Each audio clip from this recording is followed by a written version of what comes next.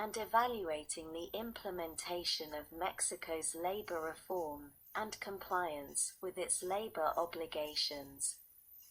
The board shall also advise the Interagency Labor Committee with respect to capacity-building activities needed to support such implementation and compliance. Sec. Note: 19 U.S.C. 4672.732. Membership. Term. A. Note: Appointments. Consultations. Membership. The board shall be composed of 12 members who shall be appointed as follows.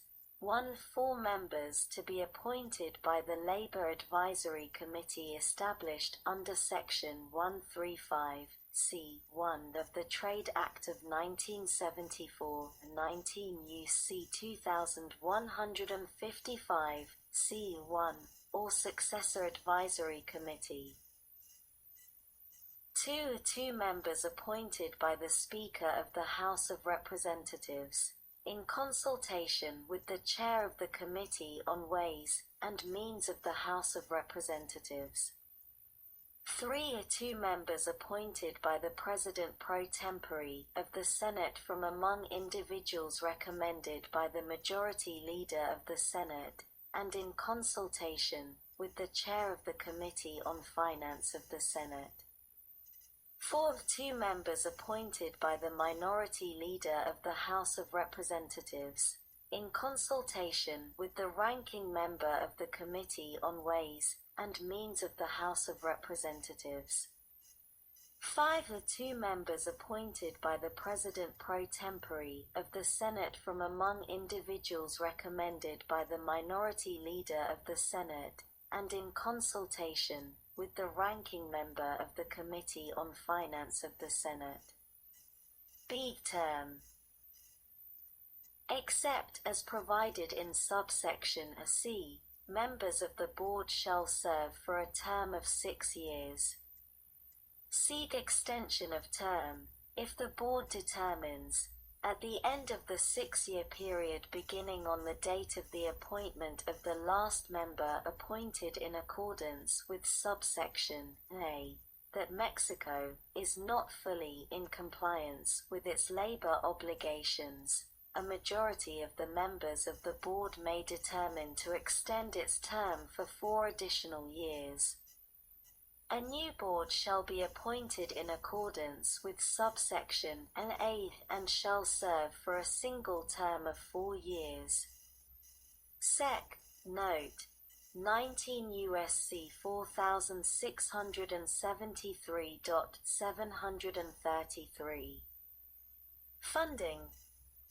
The United States shall provide necessary funding to support the work of the board, including with respect to translation services and personnel support.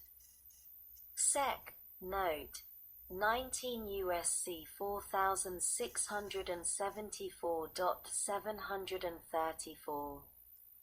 Reports.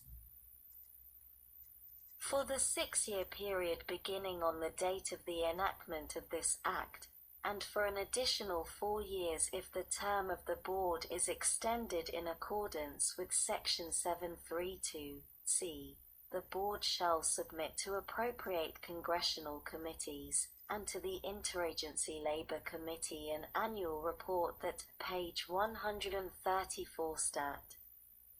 88-1 note, assessment. Contains an assessment of the efforts of Mexico to implement Mexico's labor reform, and b. the manner and extent to which labor laws are generally enforced in Mexico, and 2 note, determination. May include a determination that Mexico is not in compliance with its labor obligations. Subtitle D. Forced labor. Sec. Note: 19 U.S.C. 4681.741. Forced Labor Enforcement Task Force. A. Note: deadline. President. Establishment.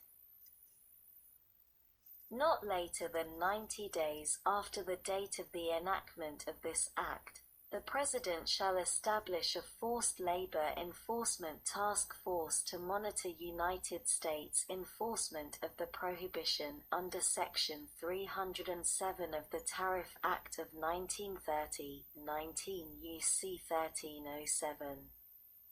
B. Members, meetings, -1 members. The task force shall be chaired by the Secretary of Homeland Security, and shall be comprised of representatives from such other agencies with relevant expertise, including the Office of the United States Trade Representative, and the Department of Labor, as the President determines appropriate. 2. Note: time period. Meetings.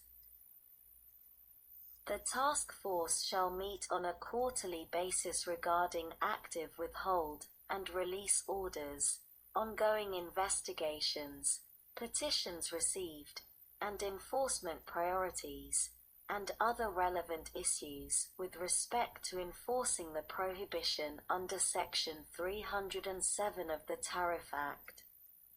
Sec. Note: 19 U.S.C. 4682.742. Timeline required. A. Note: deadline.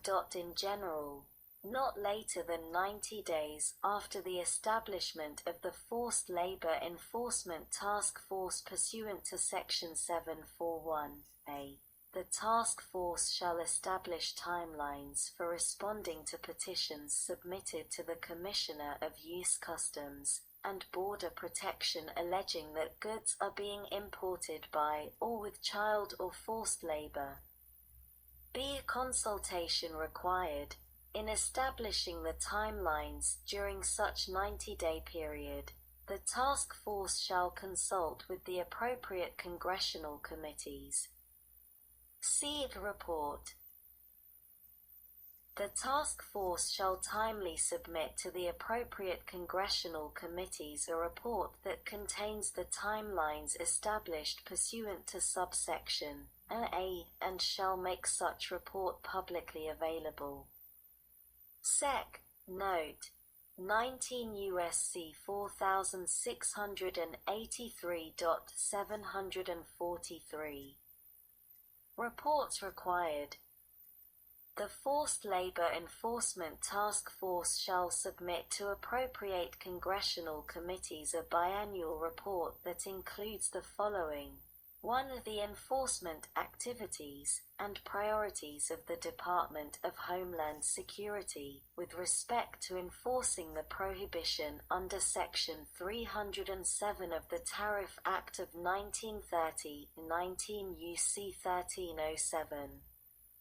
2. The number of instances in which merchandise was denied entry pursuant to such prohibition during the preceding 180-day period.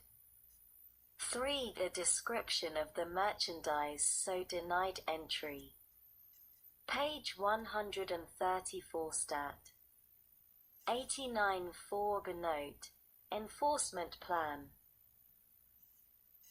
An enforcement plan regarding goods included in the most recent findings on the worst forms of child labor, a report submitted in accordance with Section 504 of the Trade Act of 1974, 19 U.C. 2464, and list of goods produced by child labor or forced labor, submitted in accordance with Section 105(b)(2)(c) of the Trafficking Victims Protection Reauthorization Act of 2005, the 22 U.C. 7112, the b)(2)(c). 5. Such other information as the Forced Labor Enforcement Task Force considers appropriate with respect to monitoring and enforcing compliance with Section 307 of the Tariff Act of 1930, 19 U.C. 1307. Sec. Note.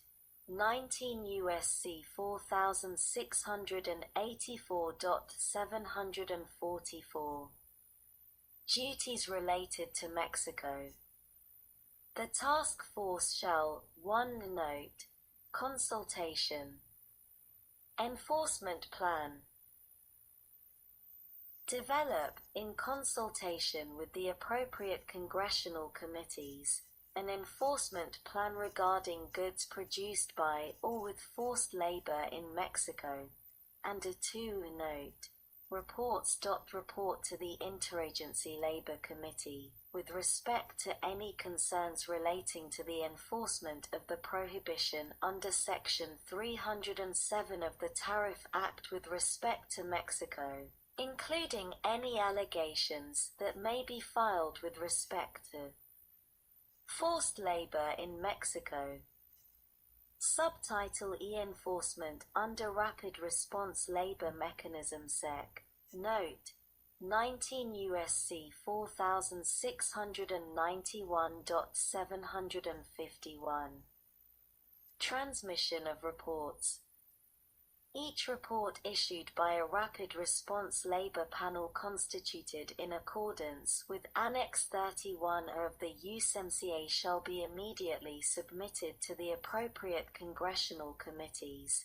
The Labor Advisory Committee established under Section 135(c)(1) of the Trade Act of 1974, 19 U.C.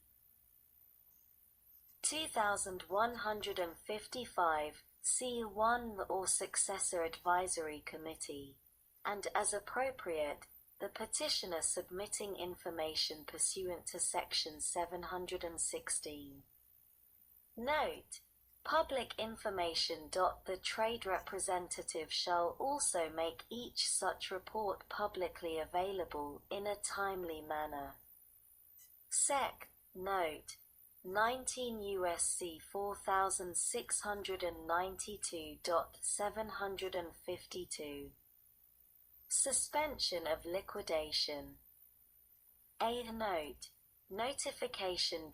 In general, if the United States files a request pursuant to Article 31, a 4.2 of Annex 31 of the USMCA, the trade representative may direct the Secretary of the Treasury to suspend liquidation for unliquidated entries of goods from such covered facility until such time as the trade representative notifies the Secretary that a condition described in subsection B has been met.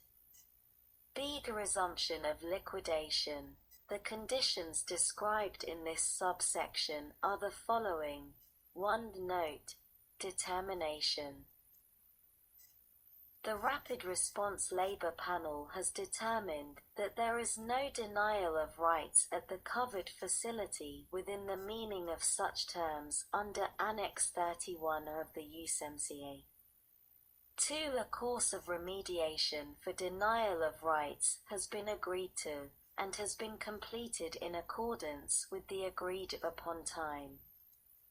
3. The denial of rights has been otherwise remedied. Page 134 Stat. 90 Sec. Note. 19 U.S.C. 4693.753. Final remedies. A. Note. Determination. Consultation. In general,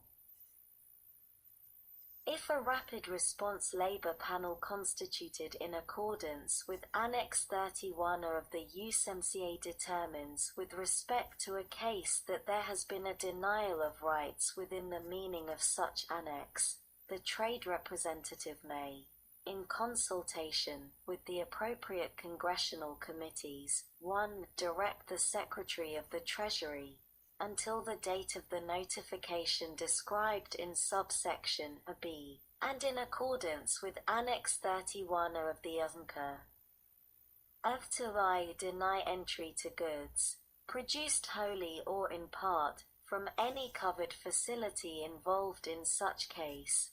or to allow for the release